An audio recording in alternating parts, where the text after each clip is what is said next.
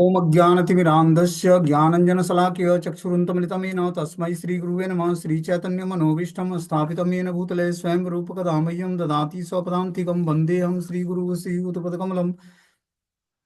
श्रीगुरून् श्रीरूपं साग्रजातं सगण रघुनाथान्वितं तं सजीवं साद्वैतं सावधूतं परिजनसहितं कृष्णचैतन्यदेवं श्रीरा श्री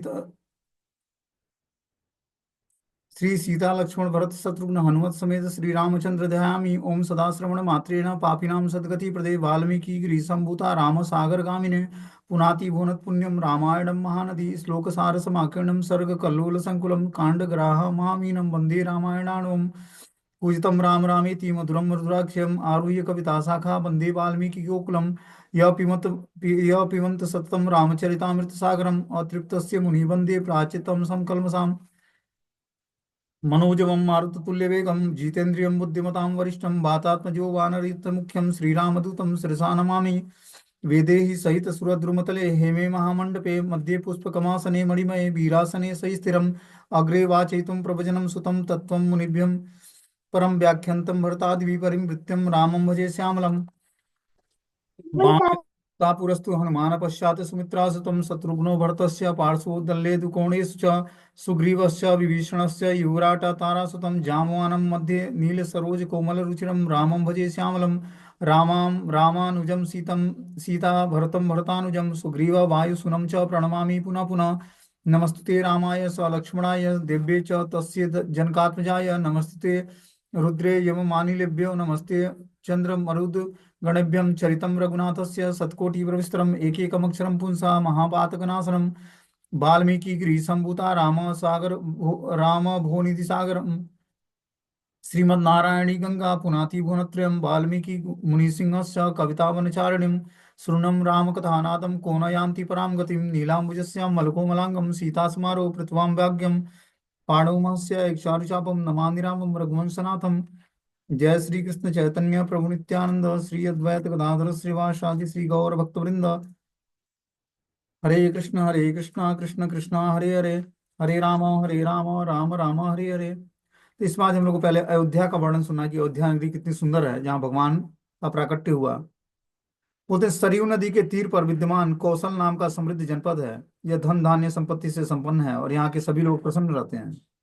यह जनपद में लोक विख्यात अयोध्या नामक नगरी है। इस नगरी का निर्माण स्वयं मानवेंद्र मनु ने किया था। यह 12 योजन लंबी और 3 योजन चौड़ी है। यहाँ के राजमार्ग विस्तृत हैं। यहाँ की सड़कों पर सदा जल का छिड़काव होता है और पुष्प बरसाए जाते हैं। महाराजा दशरथ ने इसी नगरी को इंद्र के नगरी अमरावती के समान बसाया था। अग्निहोत्र करने वाले सम दम आदि आत्मगुणों से युक्त खड वेदों में पारंगत विद्वान ब्राह्मण सहस्त्रों दान करने वाले सत्यवादी ब्राह्मण उस अयोध्या नगरी में निवास करते हैं। महर्षियों के समान ऋषियों से युक्त नगरी की रक्षा महाराजा दशरथ करते थे। महाराजा दशरथ राज्योचित समस्त गुणों से संपन्न और प्रजाओं को अत्यंत प्रिय थे। सत्यवादी तथा धर्म अर्थ काम का संपादन करने वाले उस महाराजा दशरथ के द्वारा अयोध्या नगरी उसी तरह पालित थी जैसे देवराज इंद्र अमरावती नगरी का पालन करते हैं। उस नगरी के सभी लोग सत्यवादी, संतुष्ट, धन धान्य से संपन्न, संपूर्ण नर नारी, धार्मिक और संयत थे। वे सदैव अनेक अलंकारों से अलंकृत रहते थे। सभी लोग अग्निहोत्र और यज्ञ करते थे। चारों वर्णों के लोग देवताओं और अतिथियों की पूजा करते थे। महाराजा दशरथ के 8 मंत्री थे। इन मंत्रियों के नाम इस प्रकार थे: दृष्टि, जयंत, विजय, सुराट, राष्ट्रवर्धन, अकोप, धर्मपाल और सुमंत्र। सुमंत्र जो था अर्थशास्त्र का ज्ञाता था। ये सभी मंत्रियों में मंत्रियों चित्त गुणों से युक्त, मंत्र तत्वों को जानने वाले और राजा के प्रिय कार्य में लगने वाले थे। ऋषियों में श्रेष्ठ वशिष्ठ और वामदेव, ये 2 ऋषि महाराजा दशरथ के ऋतिज्ञ थे। इसके अतिरिक्त सुयज्ञ, जाम्बाली, कश्यप, गौतम, दीर्घायु, मार्कंडे और महर्षि कात्यायन महाराजा दशरथ के मंत्री थे। ये सब के सब विद्वान, विनयाविद, कार्यकुशल, जितेंद्रिय, ऐश्वर्य संपन्न, शास्त्रज्ञ, मुस्कुरा कर बोलने वाले और किसी भी स्थिति में मिथ्या भाषण नहीं करने वाले थे। वे राज्य के भीतर तथा बाहर की सारी बातों को जानते थे। महाराजा दशरथ इन सभी मंत्रियों के साथ राज्य का प्रशासन करते थे। वे तीनों लोकों में विख्यात, उदार और सत्य प्रतिज्ञ थे। महाराजा दशरथ आजात शत्रु थे, उनका कोई शत्रु नहीं था। सभी वंशवर्ती सामंत उनकी चरणों में शीश झुकाते थे। ऐसा अयोध्या नगरी का वर्णन कौन करता है? सनत कुमार करते हैं। नारद मुनि से। ठीक है ना। आगे इसमें बता रहे हैं कि अब जो है महाराजा दशरथ को राज्य करते करते बहुत लंबा समय निकल गया, तो उनको चिंता हुई कि संतान हमारी अगर जो नहीं होगी तो हमारे जाने के बाद उत्तराधिकारी कौन बनेगा अयोध्या का। तो इसके लिए महाराजा दशरथ जो है विचार करते हैं कि कैसे क्या होगा, इसके लिए चिंतित होते हैं, और फिर आगे अपने मंत्रियों को बुलाते हैं और उससे सलाह मशवरा करते हैं। बोलते महाराजा दशरथ की राज्य करते करते काफी अवस्था बीत गई, तो अयोध्या नगरी का उनके बाद कोई कौन उत्तराधिकारी बनेगा। इस कारण से वे पुत्र प्राप्ति के लिए चिंतित रहते थे। पुत्र प्राप्ति के लिए उन्होंने अश्वमेध यज्ञ करने की बात सोची। राज्य में मंत्रियों से परामर्श करके वे अपने मंत्री सुमंत्र से कहा कि सभी गुरुजनों और पुरोहितों को शीघ्र ही बुलाओ। सुमंत्र ने सारे ऋषि वेदांती ब्राह्मणों से जाकर विनम्र निवेदन किया। सभी ब्राह्मण दशरथ महाराज की सभा में आए और दशरथ जी सारे ब्रह्मर्षियों को प्रणाम करके पूजा अर्पण किया और विनम्र भाव से कहने लगे कि मैं निसंतान होने के कारण मैं दुखी हूँ। मैं पुत्र प्राप्ति के लिए अश्वमेध यज्ञ करना चाहता हूँ। इसका आप सभी शास्त्रोचित विधि से विचार करके बताएं कि कैसे इस कार्य को संपन्न किया जाए जिससे मेरी मनोअभिलाषा पूर्ण हो जाए। दशरथ महाराज की बात को सुनकर सभी महर्षि प्रशंसा महाराजा दशरथ की प्रशंसा करने लगे। और उपाय क्या बताया उन्होंने कि यज्ञ सामग्री संग्रह किया जाए, अश्वमेध का घोड़ा छोड़ा जाए और सरयू नदी के तट पर यज्ञशाला बनाया जाए। ब्राह्मणों के चले जाने के बाद महाराजा ने मंत्रियों से यज्ञ पूर्ण करने में सहयोग करने के लिए मंत्रियों को आदेश दिया कि आप लोग जाकर कैसे यज्ञ संपन्न करना है इसका सारा व्यवस्था आप लोग करें फटाफट। इस तरह से महाराजा दशरथ अपने मंत्रियों को सलाह देते हैं, और फिर आगे जो है बोलते हैं कि महाराजा दशरथ ने सुमंत को सलाह दिया कि यज्ञ करने की बात को सुनकर सुमंत्र ने एकांत स्थान में महाराजा दशरथ से कहा कि मैंने इतिहास में महर्षि सनत कुमार से ऋषियों को एक कथा सुनाती हुई उस कथा को हमने सुना था। उस कथा का संबंध आपके पुत्र प्राप्ति से है। बोले कि महर्षि महर्षि सनत कुमार ने कहा कि काश्यप महर्षि के पुत्र विवान ऋषि हैं। उनका एक पुत्र है ऋषि श्रृंग, उसका पालन पोषण महर्षि वन में ही करते हैं। अपने पिता के साथ रहकर ऋषि श्रृंग किसी दूसरे को नहीं जानता है। वो अग्नि तथा अपने पिता की सेवा में व्यतीत अपना जीवन व्यतीत करता है। वो ब्रह्मचर्य का पालन करता है। वो अंग देश के राजा रोमपाद के राज्य में रहता है। राजा के द्वारा धर्म का उल्लंघन हो जाने के कारण राज्य में घोर अनावृष्टि होगी। इसके पश्चात राजा रोमपाद ऋषियों से प्रायश्चित के विषय में विचार विमर्श करेंगे। वे ब्राह्मण उन्हें सलाह देंगे कि हे राजन, किसी भी प्रकार से महर्षि विभांड के पुत्र ऋषि श्रृंग को यहाँ लाइए, उनका अच्छी तरह से सत्कार करिए। एकाग्रता करके मन को वैदिक विधि के अनुसार अपनी पुत्री शांता का उसके साथ विवाह कर दीजिए। महर्षियों की बात को सुनकर राजा चिंतित हो जाएंगे। विचार करने के पश्चात राजा रोमपाद अपने मंत्रियों और पुरोहितों से ऋषि श्रृंग के पास जाने के लिए कहेंगे, किंतु ऋषि से भयभीत होकर मंत्री और पुरोहित गण जाने की तैयार नहीं हुए। इसके पश्चात राजा रोमपाद वैश्याओं की सहायता से ऋषि श्रृंग को अपने राज्य में लाकर उनका विवाह अपनी पुत्री के साथ करने में सफल हो गए। सुमंत्र जी ने ये बात महर्षि सनत कुमार की बातों को सुनाकर ऋषि श्रृंग को आपके जमाता हुए वही इस यज्ञ के कार्य को संपादित कर सकते हैं। सुमंत्र की बातों को सुनकर प्रसन्न हुए महाराजा दशरथ ने इस वृतांत को स्पष्ट रूप से बताने के लिए कहा, तो सुमंत्र ने कहा कि ऋषि श्रृंग वन में रहकर निरंतर तपस्या और वेदाध्ययन में लगे रहते हैं। उन्होंने आज तक नारियों तथा विषय सुख का ज्ञान भी नहीं है। यदि अलंकार से अलंकृत वेश्याएं वहां जाएं तो अनेक प्रकार के उपायों से लुभाकर वे उन्हें यहाँ ला सकती हैं।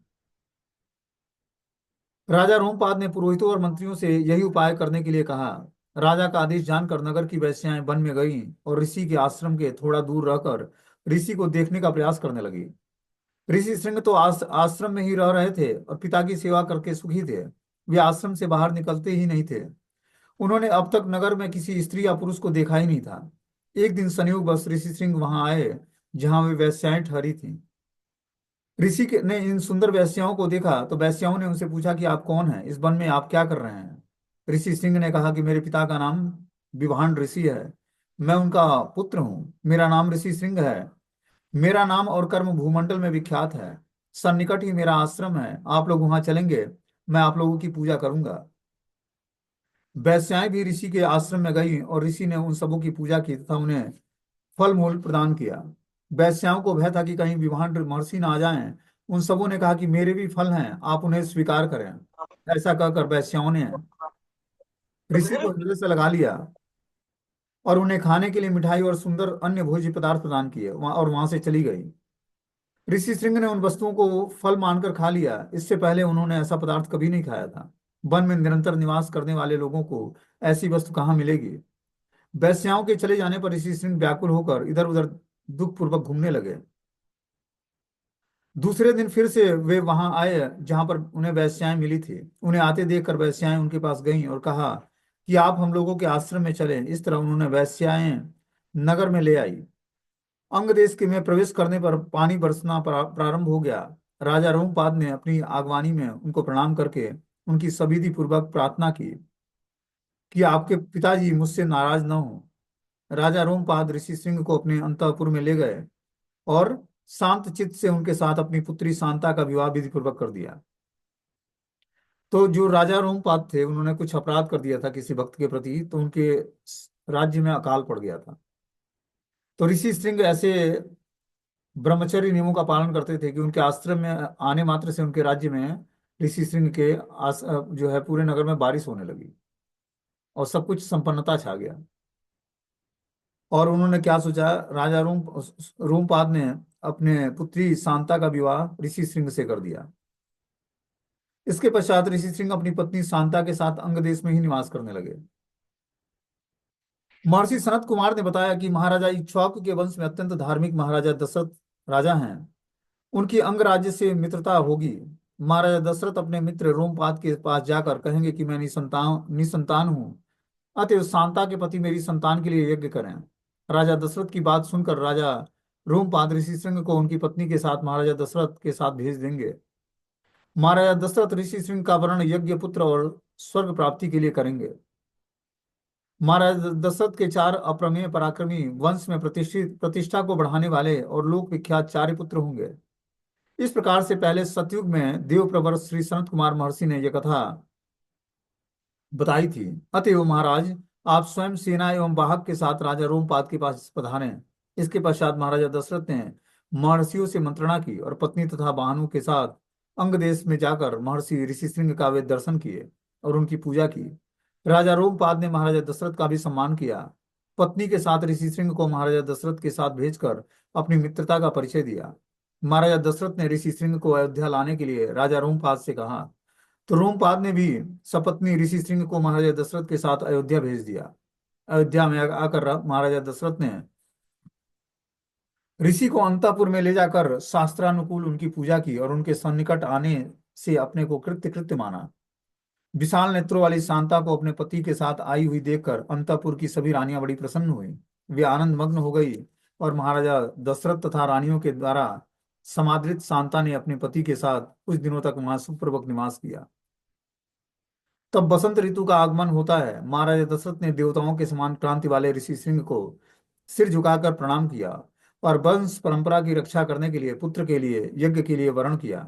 ऋषि सिंह ने कहा कि यज्ञ की सामग्री एकत्रित की जाए, सरयू के उत्तर तट पर यज्ञशाला बनाई जाए, यज्ञ का घोड़ा छोड़ा जाए। इसके पश्चात महाराजा दशरथ ने सुमंत्र से कहा कि वेद विद्या में पारंगत ब्राह्मणों, ऋतिज्यों, सुयज्ञ, काश्यप, जाम्बाली और वशिष्ठ और वामदेव जैसे महर्षियों को बुलाओ। सुमंत्र ने वैसा ही किया और महाराजा दशरथ ने समागम महर्षियों की पूजा की।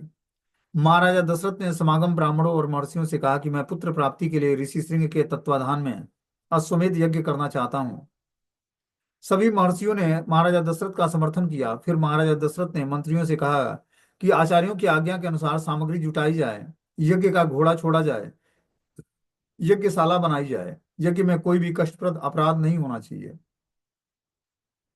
विद्वान तथा ब्रह्म राक्षस यज्ञ में विघ्न करने के लिए दोषों को खोजते रहते हैं और विधिहीन यज्ञ करने वाले यजमान को शीघ्र ही विनष्ट कर देते हैं। मंत्रियों ने महाराज की बात को सुनकर समर्थन किया और समागत ब्राह्मण और महर्षिगण महाराजा दशरथ से समादृत होकर अपने घर चले गए। ब्राह्मणों के चले जाने पर महाराजा दशरथ ने अपने राजमहल में प्रवेश किया। इधर एक वर्ष बीत चुका था। पुनः बसंत ऋतु आई और महाराजा दशरथ ने महर्षि वशिष्ठ को प्रणाम करके उनसे कहा, क्या बोला महाराजा दशरथ ने महाराजा वशिष्ठ से कि यज्ञों में क्रियताम ब्रह्मन् यथोक्तम मुनि पुंगव यथा न विघ्ना क्रियन्ते यज्ञा यज्ञेषु विधीयताम् भवाम स्निग्ध सुहृन्महं गुरुश्च परमो महान् बोढव्यम भवता चैव भारो यज्ञ से चोगवत्। मुनिवर, आप शास्त्रोक्त विधि से मेरा यज्ञ कराएं, ऐसा उपाय करें कि यज्ञ में अंगभूत अश्व सचरण आदि में कोई विघ्न न हो।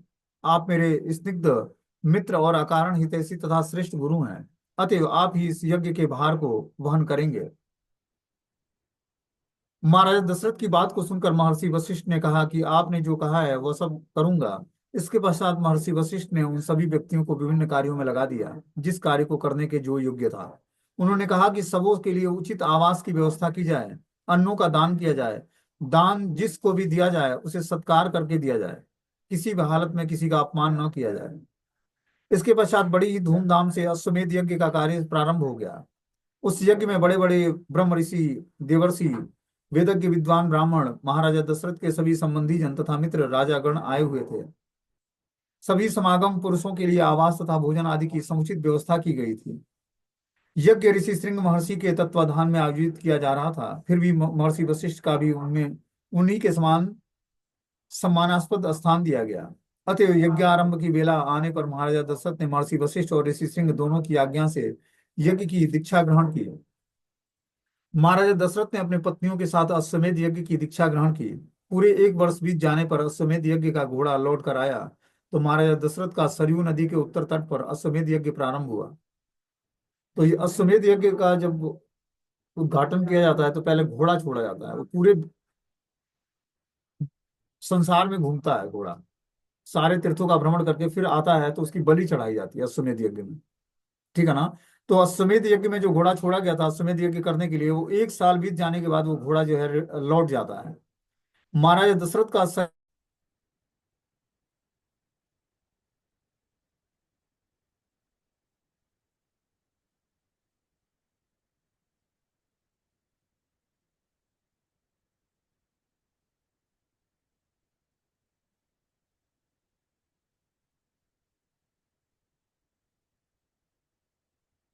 बोलते हैं कि पुरुषों में श्रेष्ठ कुल की समृद्धि करने वाले महाराजा दशरथ ने यज्ञ समाप्त करके नियम पूर्वक ऋतुजियों के लिए संपूर्ण पृथ्वी का ही दान कर दिया।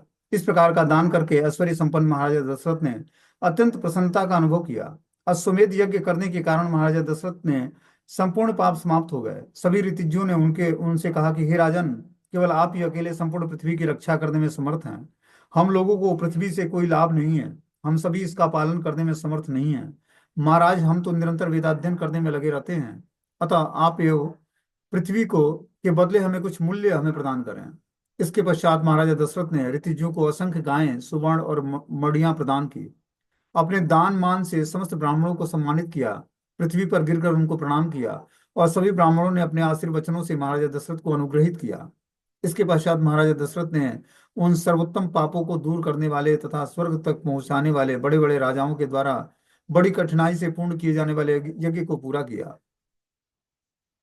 अश्वमेध यज्ञ के समाप्त हो जाने के पश्चात महाराजा दशरथ ने महर्षि ऋषि सिंह से कहा कि हे सुब्रत, आप ऐसे कर्म को करें जिससे कि हमारे वंश की वृद्धि हो। और महाराजा दशरथ की बातों को सुनकर ऋषि सिंह ने कहा कि भविष्यन्ति सुताम राजन चत्वारस्ते कुलोद्वहाम। महाराज, आपके ऐसे चार पुत्र होंगे जिनसे आपके वंश की वृद्धि होगी। महर्षि ऋषि सिंह मेधावी थे, अर्थात उनकी बुद्धि संपूर्ण वेदों की शाखाओं को धारण करने में समर्थ थी। साथ ही साथ वे वेदज्ञ ब्राह्मण थे, अर्थात वे स्वरूपतः दोनों प्रकार के वेदों के तत्वों को के जानकार थे। उन्होंने महाराजा दशरथ को कह दिया कि आपके ऐसे चार पुत्र होंगे जिससे आपके वंश की समृद्धि होगी, किंतु उसके लिए अनुष्ठेय कर्म क्या है इसकी जानकारी के लिए वे समाधिस्थ हो गए। समाधि काल में उन्होंने अपने अनुष्ठेय कर्म को जान लिया और समाधि भंग होने के पश्चात महाराजा दशरथ से कहा कि हे राजन, आपके लिए अथर्व शिरोभाग में पठित मंत्रों के द्वारा पुत्रेष्ठी यज्ञ कराऊंगा जिससे कि आपको पुत्र की प्राप्ति होगी। ऋषि श्रृंग ने महाराजा दशरथ के लिए पुत्रेष्ठी यज्ञ प्रारंभ किया और मंत्रोक्त विधि से अग्नि में आहुति प्रदान की। उन आहुतियों को ग्रहण करने के लिए देवता, गंधर्व, सिद्धगण, परम महर्षिगण उस इष्टि में एकत्रित हुए। उस सभा में पधारे देवताओं ने ब्रह्मा जी से कहा कि भगवान, आपकी कृपा प्राप्त करके रावण नामक राक्षस आपके अपने पराक्रम के द्वारा हम सबों को सदा कष्ट दे रहा है। हम लोग उसका प्रशासन नहीं हम लोग उस पर प्रशासन नहीं कर पाते हैं। भगवान आपने तो प्रसन्न होकर उसको वरदान दे दिया है। उसी वरदान का सम्मान करते हुए हम लोग वह जो कुछ भी करता है उसको बर्दाश्त करते हैं। वह इंद्र को भी पराजित करना चाहता है। आपके वरदान वरदान से मदमत्त बना हुआ रावण ऋषियों, ब्राह्मणों और देवताओं का अतिक्रमण करता है। उसको न तो सूर्य संतप्त करता है, न वायु उसके सन्निकट में जोर से चलती है। रावण को देखकर चंचल लहरियां वाला समुद्र भी शांत हो जाता है। इतना रावण का आतंक फैला हुआ है। आप ऐसा कोई उपाय करें कि रावण का वध हो सके। देवताओं की प्रार्थना सुनकर ब्रह्मा जी ने कहा कि उसके वध का उपाय यह है उसने वरदान मांगते समय मुझे देवता, गंधर्व, यक्ष और राक्षस में से कोई नहीं मार सके। मैंने भी उसे तथास्तु कहकर आशीर्वाद दिया था। किंतु अवमानना के कारण उस राक्षस रावण ने मनुष्य का नाम नहीं लिया था। उसके मन में यह बात थी कि जब देवता, गंधर्व और राक्षस मुझे नहीं मार सकते तो मानव मेरा क्या बिगाड़ सकता है। अतएव मनुष्य के द्वारा ही रावण की मृत्यु संभव है। दूसरे किसी से उसकी मृत्यु संभव नहीं हो पाएगी। श्री ब्रह्मा जी की बातों को सुनकर सभी देवता प्रसन्न हो गए। उसी समय उस सभा में जगतपति भगवान विष्णु पधारे। वे शंख चक्र गदा धारण किए हुए और पीतांबर धारण किए हुए थे। आए हुए भगवान विष्णु को देखकर देवताओं ने उनकी स्तुति की और कहा कि हे भगवान, त्रैलोक्य के कल्याण की कामना से हम आपके ऊपर एक भार दे रहे हैं। हे प्रभु भगवान विष्णु, अयोध्याधिपति महाराजा दशरथ धर्मों के जानकार, उदार चेता और महर्षियों के समान तेजस्वी हैं। उनकी तीन पत्नियां हिंग, श्रिंग और कीर्ति देवियों में समान हैं। अतएव आप चार प्रकार के शरीर बनाकर उनके ही पुत्र के रूप में उत्पन्न हुई है। आप मनुष्य बनकर त्रैलोक्य को कष्ट पहुंचाने वाले अत्यंत समृद्ध और देव समूह के लिए अवध्य रावण को युद्ध में मारे हैं। वह देवताओं, गंधर्वों और महर्षियों को कष्ट दे रहा है। अतएव आप रावण का वध करने का मन बनाएं। देवताओं की प्रार्थना को भगवान विष्णु ने सुना और समस्त देवताओं को आश्वासन देते हुए कहा कि भयम त्वजेत भद्रम व हितार्थम युद्धि रावणम सुपुत्रम पौत्र साम्यात्यम समित्रा ज्ञाति बांधवम हत्वा क्रूर दुर्धास्यम देवर्षिणाम भयावहम 10 वर्ष सहस्राणि 10 वर्षा शतानि स वत्सायामि मानुषे लोके पालयन पृथ्वी मिमाम। आप सभी लोग भयभीत न हो। मैं युद्ध के मैदान में पुत्र, पौत्र, अमात्य इत्यादि के साथ रावण का वध करके 11,000 वर्ष पर्यंत पृथ्वी का पालन करते हुए मृतलोक में ही निवास करूंगा। देवताओं को अभय प्रदान करके भगवान विष्णु अपनी जन्मभूमि के विषय में विचार करने लगे। इसके पश्चात कमल नयन भगवान ने अपने स्वरूप को चार भागों में प्रकट करके महाराज दशरथ को ही अपना पिता बनाकर बनाना चाहा। श्री भगवान तो सर्वज्ञ हैं, वे सब कुछ जानते हैं। जो भगवान सभी वस्तुओं को सामान्य और विशेष दोनों प्रकार के को जानता है, उसकी अनेक प्रकार की पराशक्तियां सुनी जाती हैं। उसके ज्ञान और बल की क्रिया स्वाभाविक रूप से होती रहती है। वे जानते थे कि रावण किस प्रकार मारा जाएगा। फिर भी वे देवताओं से मधुर वाणी में कहने लगे कि देवता, आप बताएं कि उस राक्षस राज को मारने का कौन सा उपाय निकाला जाए जिसको अपनाकर मैं उसका वध कर सकूं। देवताओं ने भगवान विष्णु से कहा कि मानुषम रूप मास्थाय रावणम जहि संयुगे। आप मनुष्य रूप धारण करें, रावण को युद्ध में मारें। उसने घोर तपस्या की और ब्रह्मा जी से वरदान प्राप्त किया है। उसे देव, दानव, यक्ष, गंधर्व में से कोई भी नहीं मार सकेगा। ब्रह्मा जी के वरदान से मदमस्त बना रावण संसार के समस्त प्राणियों को अत्यंत कष्ट दे रहा है। अतः उसका वध मानव रूप से ही संभव है। देवताओं की वाणी सुनकर भगवान विष्णु ने महाराजा दशरथ को अपना पिता बनाना चाहा। उसी समय महाराजा दशरथ भी पुत्रेष्टि यज्ञ कर रहे थे। ब्रह्मा जी को आश्वासन प्रदान करके भगवान विष्णु अंतर्ध्यान हो गए। उस समय यज्ञ अग्नि में एक महाबलवान पुरुष प्रकट हुआ। जो अश्वमेध यज्ञ हो रहा था उससे एक महाबलवान पुरुष प्रकट होता है यज्ञ यज्ञ की अग्नि से। उसका शरीर काला और वस्त्र लाल था। समस्त शुभ लक्षणों से युक्त वो पुरुष दिव्य आभूषणों से अलंकृत था। उसके हाथ में सुवर्ण और रजतमय दिव्य पात्र था। जो जो दिव्य पात्र खीर से भरा हुआ था। उसने उस पात्र को अपने दोनों हाथों में लेकर महाराजा दशरथ से कहा कि हे राजन, मैं प्रजापत्य पुरुष हूँ। आपने इस यज्ञ में आपके इस यज्ञ में आया हूँ। उस प्रजापत्य पुरुष की बात को सुनकर महाराजा दशरथ ने हाथ जोड़कर कहा कि हे प्रभु, आपका स्वागत है। आप कौन सा कार्य आपकी कौन सी सेवा मैं करूं। इस पर उस प्रजापत्य पुरुष ने कहा कि हे राजन, देवताओं की आराधना करके आपने यह वस्तु प्राप्त की है। अब हे राजन, देवताओं ने इस संतान प्रदान करने वाली खीर को बनाया है। आप इसे ग्रहण करें, इससे धन और आरोग्य की समृद्धि होगी। इसे आप अपने अनुकूल पत्नियों को देकर कहें कि तुम लोग इसे खा लो। ऐसा करके आप उनसे अनेक पुत्रों को प्राप्त करेंगे, जिसके लिए आप यह यज्ञ संपन्न कर रहे हैं। इसके पश्चात महाराजा दशरथ ने उस पायस खीर को पात्र को लेकर अपने को कृत्य कृत्य माना। उधर उस कर्म को पूरा करके ब्राह्मण चले गए तथा प्रजापत्य पुरुष भी अंतर्ध्यान हो गया। इसके पश्चात महाराजा दशरथ अपने अंतःपुर में प्रवेश किया और कौशल्या देवी से बोले, यह अपने लिए पुत्र की प्राप्ति कराने वाला खीर को ग्रहण करो। इसके पश्चात महाराजा दशरथ ने उस खीर का आधा भाग कौशल्या जी को दिया और बचे हुए आधे का आधा भाग सुमित्रा जी को दिया। बचे हुए खीर का आधा भाग कैकेयी जी को दिया और अवशिष्ट अर्ध भाग कुछ विचार करके उन्होंने पुनः सुमित्रा जी को प्रदान किया। इसके पश्चात महाराजा दशरथ की उन तीन पत्नियों ने गर्भ धारण कर लिया। इस बात को देखकर महाराजा दशरथ को बड़ी प्रसन्नता हुई।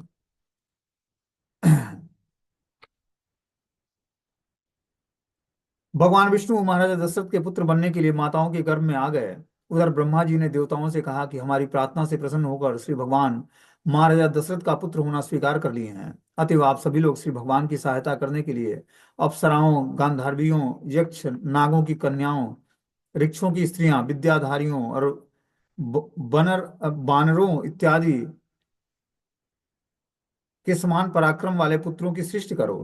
पहले ही मैंने जामवान नामक वृक्ष की सृष्टि कर दी है। एक बार मैं जम्हाई ले रहा था तो हमारे वो मुख से निकल पड़ा। तो जामवान जो है ब्रह्मा जी के मुख से निकले हुए थे। और इस तरह से सारे देवताओं को ब्रह्मा जी ने आदेश दिया कि आप भगवान की लीलाओं में सहायता करने के लिए अलग अलग रूपों में क्या करो, पृथ्वी पर अवतार लो अयोध्या नगरी में। ब्रह्मा जी की बात को सुनकर सभी देवताओं ने अपने ही समान पराक्रम वाले पुत्रों को उत्पन्न किया। इंद्र ने बाली को, सूर्य ने सुग्रीव को, बृहस्पति ने तारा नामक बानर वीर को उत्पन्न किया। इसी तरह अन्य देवताओं ने भी अपने अपने बानर पुत्रों को उत्पन्न किया।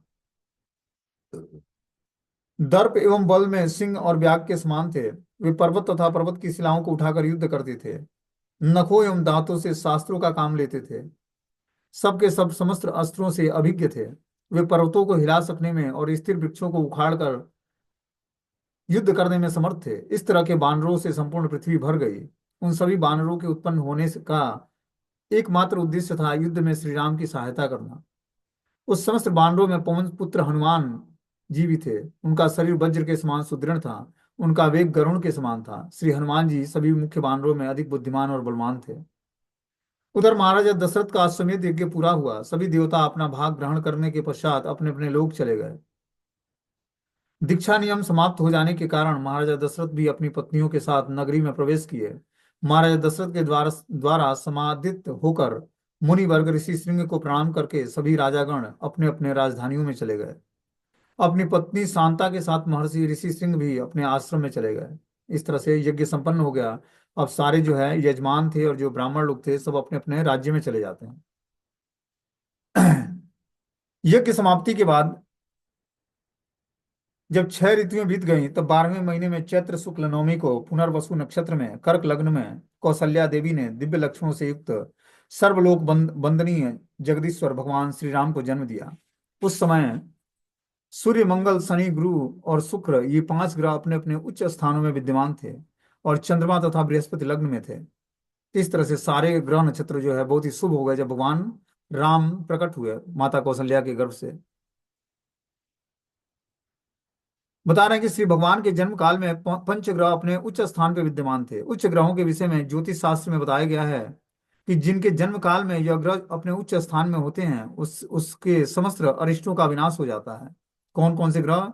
सूर्य, मंगल, शनि, गुरु और शुक्र, ये पांच ग्रह जिसको उच्च स्थान में विराजमान हो तो उनके समस्त अरिष्टों का विनाश हो जाता है। जो भी उनके शत्रु हैं सारे शत्रु जो है विनाश को प्राप्त होते हैं। जिनके जन्म काल में दो ग्रह अपने उच्च स्थान में रहते हैं वे सामंत होते हैं। तीन ग्रहों के उच्च स्थान पे होने पर जातक राजा होता है और चार ग्रहों के उच्चस्थ होने पर जातक सम्राट होता है। पांच ग्रहों के सर्वोच्च स्थान पर होने पर जातक लोकनायक बन जाता है। भगवान श्री राम के प्राकट्य काल में पंच ग्रह अपने उच्च स्थान पे थे, अतएव वे लोकनायक बने।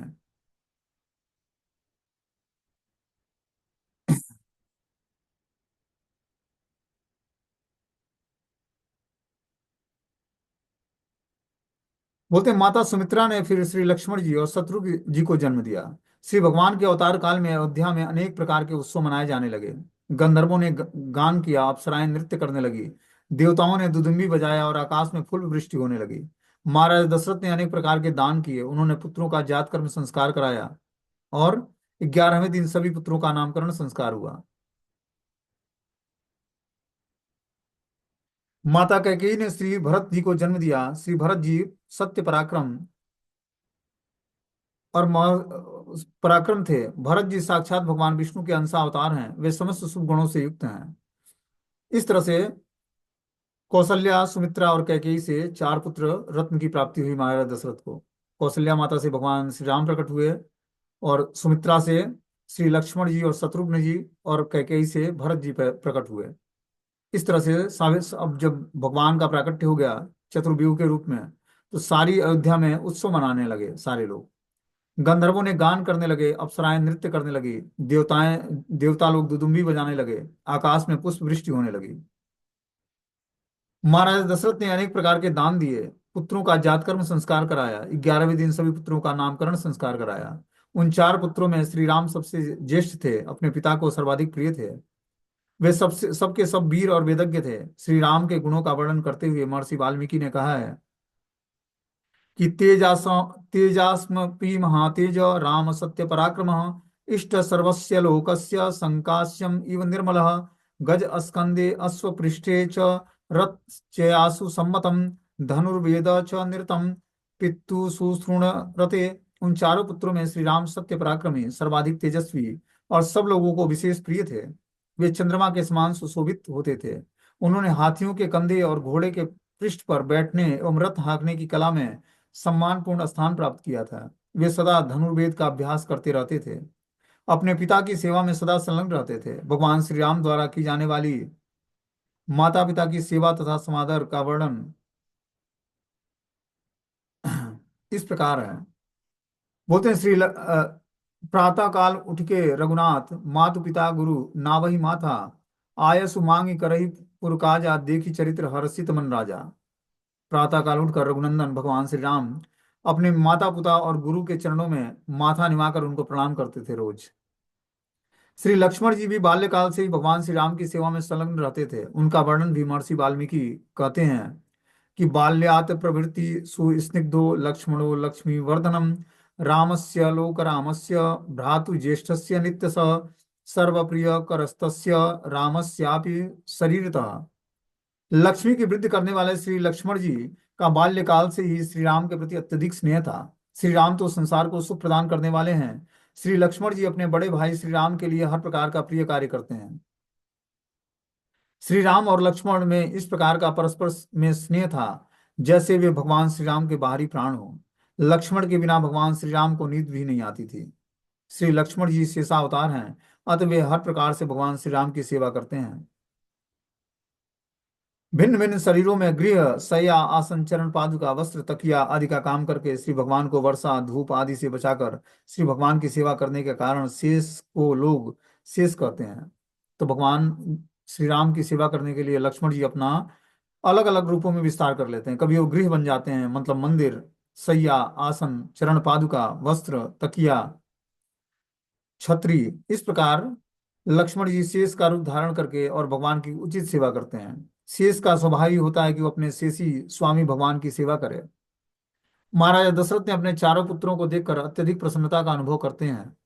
जब धीरे धीरे ये चारों बालक बड़े हो गए तो महाराजा दशरथ को चिंता हुई कि इन पुत्रों का विवाह कैसे किया जाए। इस विचार पर विचार विमर्श करने के लिए वे अपने उपाध्यक्ष बांधवों तथा मंत्रियों के बीच में बैठे हुए थे। उसी समय महाराजा दशरथ से मिलने के लिए महर्षि विश्वामित्र आते हैं। उन्होंने आकर द्वारपालों से कहा कि शीघ्र ही महाराजा दशरथ से आकर बताओ कि मैं महाराजा गांधी का पुत्र विश्वामित्र उनसे मिलना चाहता हूँ। महर्षि विश्वामित्र की बातों को सुनकर सबों ने शीघ्रता पूर्वक जाकर महाराजा दशरथ को महर्षि विश्वामित्र के आगमन की सूचना दी। महाराजा दशरथ ने अपने पुरोहितों के साथ जाकर उनकी आगवानी की। उसके बाद महाराजा दशरथ ने महर्षि विश्वामित्र की पूजा की। उसके पश्चात महाराजा दशरथ के द्वारा सम्मानित होकर महर्षि विश्वामित्र ने उनका कुशल क्षेम पूछा। महाराजा दशरथ ने कहा कि आपके आगमन से मुझे अत्यधिक प्रसन्नता हुई है। हे महर्षि, मैं आपकी किस इच्छा को पूर्ण करूं? आप मेरी सेवा के योग्य हैं। मेरा सौभाग्य है कि आज आप हमारे घर पर आए हैं। आज आपके आगमन से मेरा जन्म और जीवन दोनों सफल हो गया है। अतएव आप मुझे आज्ञा दें कि आपके मैं कौन सी सेवा कर सकूं। महर्षि विश्वामित्र ने महाराज दशरथ की बात को सुनकर प्रसन्नता पूर्वक कहने लगे कि हे राजन, आपने जो कुछ कहा है आपके वंश के अनुकूल ही कहा है। आपने महर्षि वशिष्ठ का उपदेश प्राप्त किया है। अतएव मेरा हृदय में जो बात है मैं आपको कहने जा रहा हूँ उसको पूरा करने का अपने मन में आप निश्चय करें और सत्य प्रतिज्ञ बने। मैं सिद्धि प्राप्त करने के लिए नियमों का पालन करता हूँ। उसमें मरीचि मारीच तथा सुबाहु दो राक्षस विघ्न उपस्थित करते हैं। नियम पालन करने के कारण उन दोनों पर क्रोध करके मैं उन्हें श्राप भी नहीं दे सकता हूँ। जब व्यक्ति तपस्या या नाम जप करता है या यज्ञ को संपन्न करता है तो उसको श्राप नहीं देना चाहिए किसी को, न ही आशीर्वाद देना चाहिए। यहाँ बता रहे हैं वशिष्ठ विश्वामित्र मुनि कि मैं सिद्धि प्राप्त करने के लिए नियमों का पालन करता हूँ। उसमें मरीचि और सुबाहु दोनों राक्षस विघ्न उपस्थित करते हैं। नियम पालन करने के कारण उन दोनों का पर क्रोध करने करने और श्राप देना मैं नहीं चाहता हूँ। हे राजन, आप अपने सत्य पराक्रमी सूरवीर ज्येष्ठ पुत्र श्री राम को मुझे दे दें। मेरे द्वारा सुरक्षित रहकर ये अपने दिव्य तेज से उन विघ्नकारी राक्षसों का विनाश करने में समर्थ होगा। मैं इनका अनेक प्रकार से कल्याण करूंगा। उसमें श्री राम की त्रैलोक्य में ख्याति फैलेगी। श्री राम के समान वे किसी भी प्रकार श्री राम के सामने वे किसी भी प्रकार टिक नहीं सकेंगे। उन्हें अपने शक्ति का गर्व है। अब वे काल के पास से बच चुके हैं। उन दोनों को श्री राम को छोड़कर दूसरे कोई मारने का उत्साह नहीं कर सकता है। हे राजन, श्री राम के सामने वे युद्ध करने में समर्थ नहीं होंगे। आप पुत्र का स्नेह न करें। मैं प्रतिज्ञा करता हूं कि आप समझ लें कि वे दोनों श्री राम के द्वारा मार दिए जाएंगे। मैं महात्मा श्री राम को जानता हूँ। वे सत्य पराक्रम हैं। केवल मैं ही नहीं, महर्षि वशिष्ठ और ये तपस्वी लोग भी जानते हैं कि श्री राम सत्य पराक्रम है। यदि वशिष्ठ इत्यादि पुरोहित तथा मंत्रीगण आपको कहें तो आप मुझे श्री राम को प्रदान करेंगे। मेरे यज्ञ की 10 रात्रि बीत चुकी है। उससे पहले कि मुझे श्री राम को प्रदान करें, महाराजा दशरथ महर्षि